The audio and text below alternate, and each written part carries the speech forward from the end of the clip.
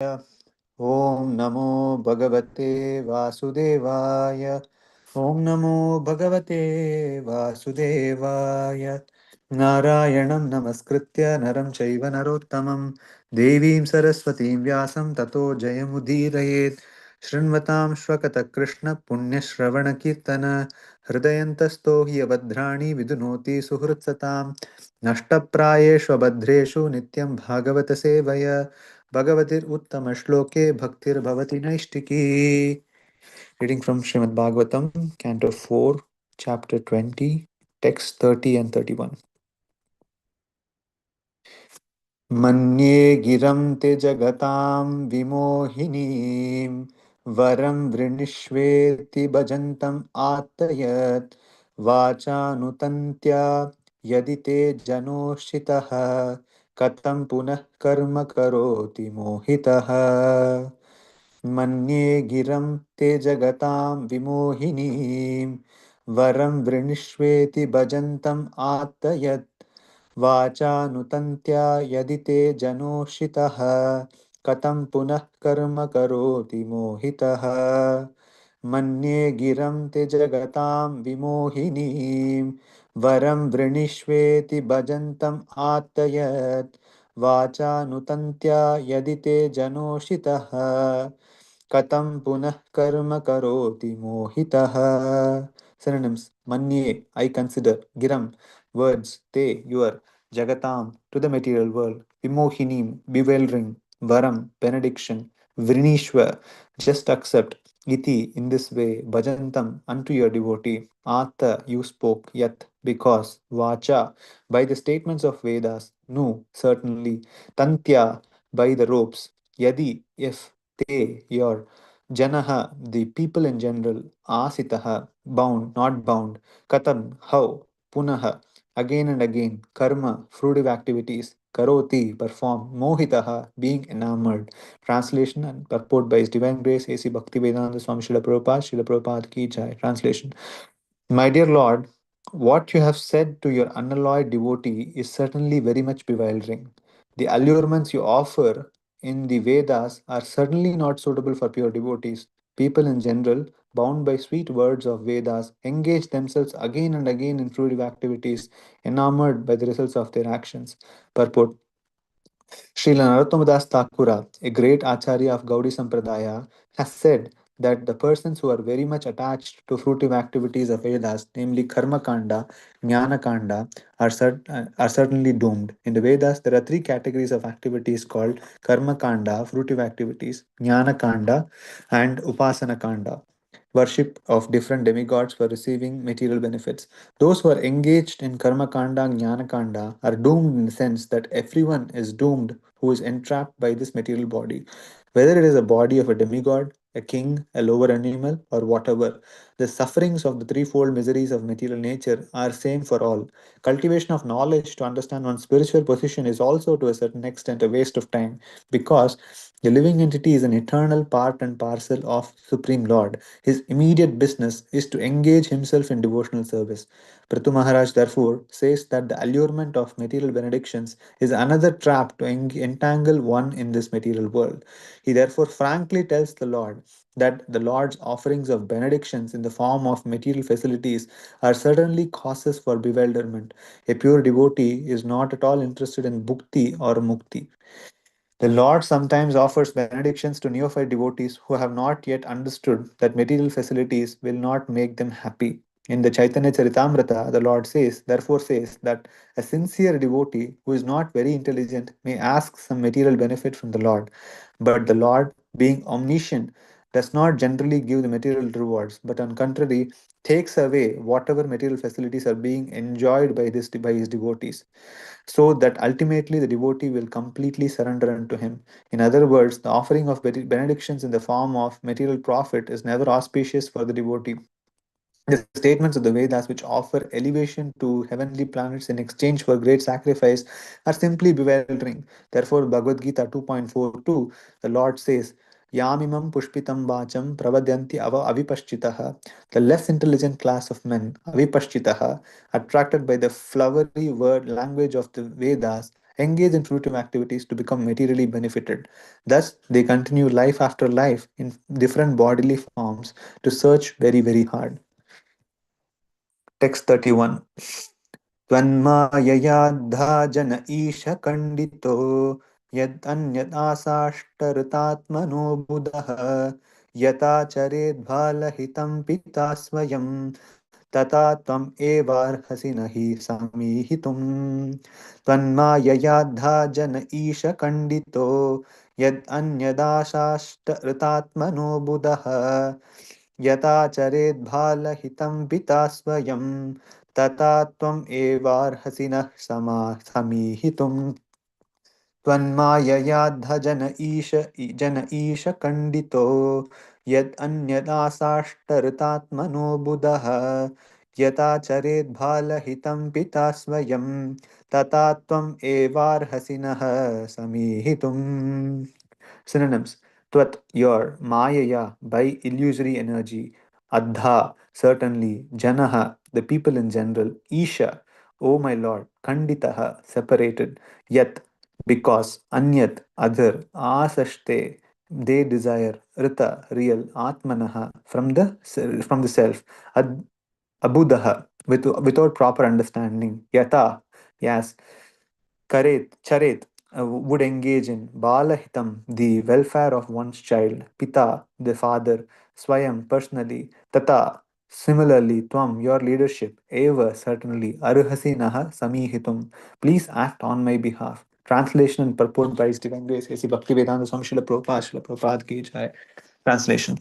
My Lord, due to your illusory energy, all living beings in this material world have forgotten their real constitutional position, and out of ignorance, they are always desirous of material happiness in the form of society, friendship, and love. Therefore, please do not ask me to take some material benefits from you, but as a father, not waiting for the son's demand, see does everything for the benefit of the son. Please bestow upon me whatever you think best for me. Purport: It is the duty of the son to depend upon his father without asking anything from him. The good son has faith that the father knows best how to benefit him. Similarly, a pure devotee does not ask anything from the Lord for material benefit, nor does he ask for spiritual benefit. The pure devotee is fully surrendered unto the lotus feet of the Lord, and the Lord takes charge of him, as stated in the Bhagavad Gita 1866. Aham tvam sarva papabhyo mokshepshami masucha. The father knows the necessities of the son and supplies them, and the Supreme Lord knows the necessities of living entities and supplies them sumptuously. Therefore, in the Ishopanishad states that everything in the material world is complete, Purnamidam. The difficulty is that due to forgetfulness, the living entities create unnecessary demands and entangle themselves in the material activities. The result is that there is no end to the material activity, life after life.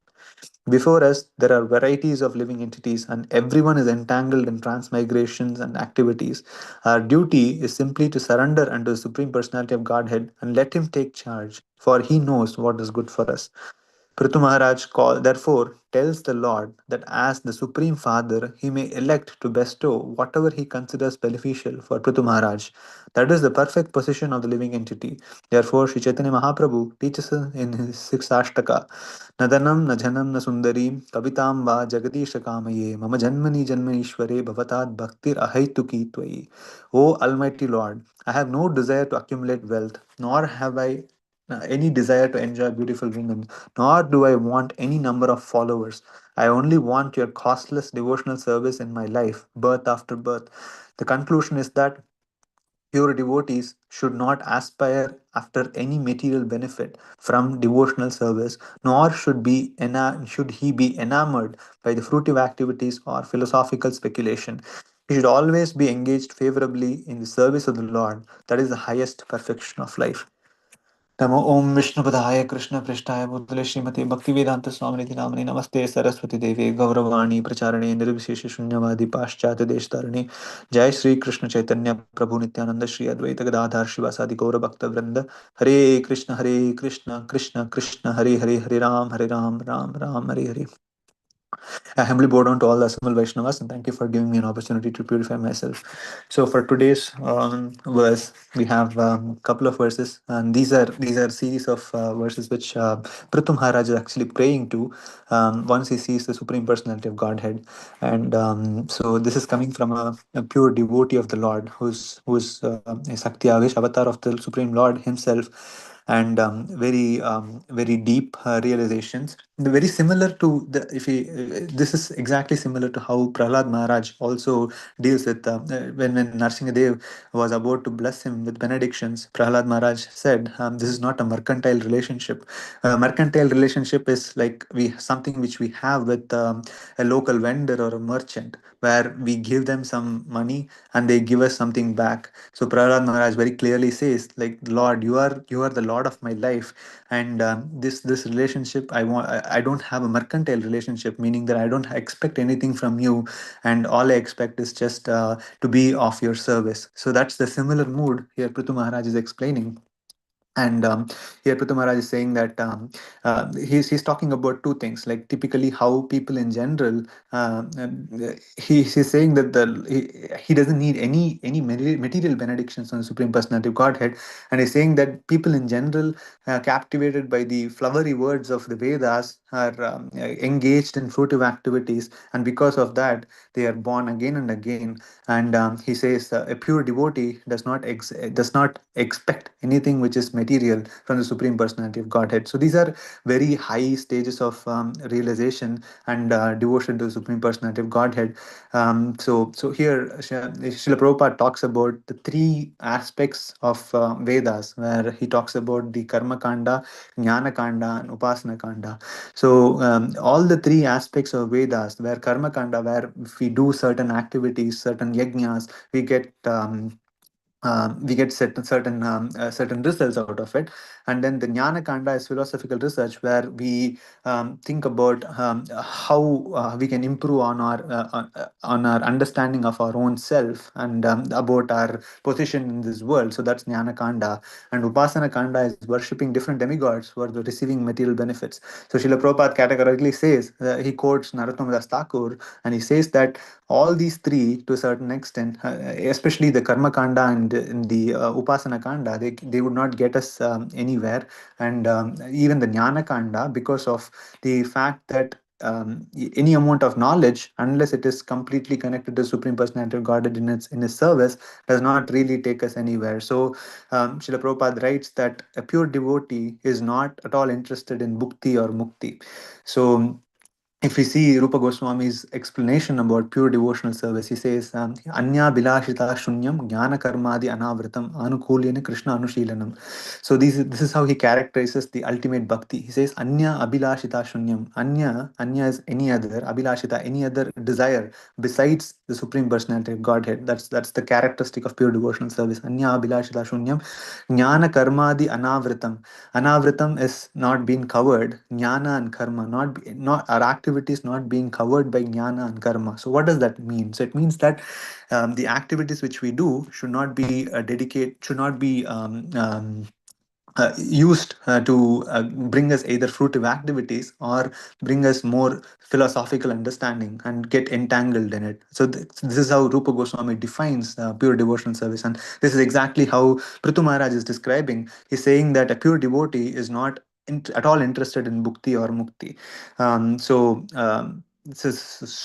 here, so it's very clearly explained that the material benedictions have a beginning and an end. So a pure devotee is not at all interested in this. So this is exemplified in multiple places in the Srimad Bhagavatam. We saw the example of Prahlad Maharaj. Similarly, Dhruva Maharaj, his intention to actually go and meditate on the Supreme Personality of Godhead was to actually get a kingdom which is even better than his great grandfather. So, but the moment he saw the Supreme Personality of Godhead, with the moment the Supreme Personality of Godhead touched him with his conch shell, he started reciting the verses. He said, Yontah pravishramam vacham imam prasuptam sanjeevayat akira shakti dharasvadhamna anyam stahasta charana shravanastvagadim prana namo bhagavate purushaya tubhyam. So at that point, he said, all my senses have been enlivened by your presence, O Supreme Personality of Godhead. So I started with this material desire to have a kingdom which is greater than my great grandfather, but now I don't have anything to ask from you. And that's the power or the potency of pure devotional service. And because he saw the Supreme Personality of Godhead in person, and because the Supreme Personality of Godhead was extremely merciful, Dhruva Maharaj had this change of heart. So that's the characteristic which all these elevated Vaishnavas are explaining, and Srimad Bhagavatam is giving us this understanding that what the pure devotional service at the highest stage is. And Srila Prabhupada goes on to explain about vipaschitaha, or less intelligent class of men. So people who are after doing ritualistic activities to get to more material advancement, even though, so Srila Prabhupada very categorically writes that even if it's a body of a king, a demigod, or any other elevated birth, eventually it all has to end. So that is not something which is qualified as something which a pure devotee should aspire for. So that's some of the points which I could gather on the first verse. So now going on to the second verse, text 31. Srila Prabhupada, the text 31 specifically talks about, 1 second. So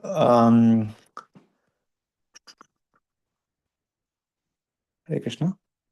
Okay, so text 31, Srila Prabhupada categorically explains that how people in general are put into Maya, and because of Maya, they're not able to think about the Supreme Personality of Godhead. So Kunti Maharani, I got reminded of this verse by Kunti Maharani. Kunti Maharani says, Alaksham Sarvabhutanam Antar Bahir. So Krishna, as a Supreme Personality of Godhead, exists both within and without. And typically people in general do not see this. And she explains like Maya Javanika Channam Agnya Dokshajam Avyajam Na Lakshase Moodadrisha Nato Natya Darolota. So the Maya, which is like the curtain, is actually covering the it's covering the intelligence of the living entities in general. And because of that, they are not able to see that everything which is happening in this material world is because of the Supreme Personality of Godhead, and He exists both within and without. So here so here in the second 31st verse, Prithu Maharaj very clearly says that please do not ask me to take any material benefits from you. Just like how a father who not waiting for the son's demand does everything for the benefit of the son, please bestow upon me whatever you think is best for me. So this is the mood of the most elevated Vaishnavas. So similarly, I got reminded of this verse from Mukundamala Stotra, where Kulashekar Alvar prays, Yadyad Bhavyam Bhavati Bhagavan Purva Karmanu Rupam. So he says, like, he's actually a king. He's a king, he's a Chera king in the southern India, and he has all material opulence. But he says, I do not wish to engage in materialistic activities, even though I am a king. And whatever, Yadyad Bhavyam Bhavatu Bhagavan Purva Karmanu Rupam, because of whatever I have done in my past, I've got this body, and I will have all the material benedictions based off of what my previous karma is. So at this time, I don't wish to engage myself more in trying to multiply my wealth or put my energy into doing that, but rather what I want to do is bhave bhave me astu bhavat prasadat. Life after life, what I want to do is to be under your service, O Supreme Personality of Godhead. So that's the mode with which elevated Vaishnavas deal with material situations. So here, Prithu Maharaj is very clearly explaining that please do not ask me to take any material benefits from you, and just like a father, do whatever is best for me. And here the first portion of this verse talks about, due to your illusory energy, all living beings in this material world have forgotten their real constitutional position.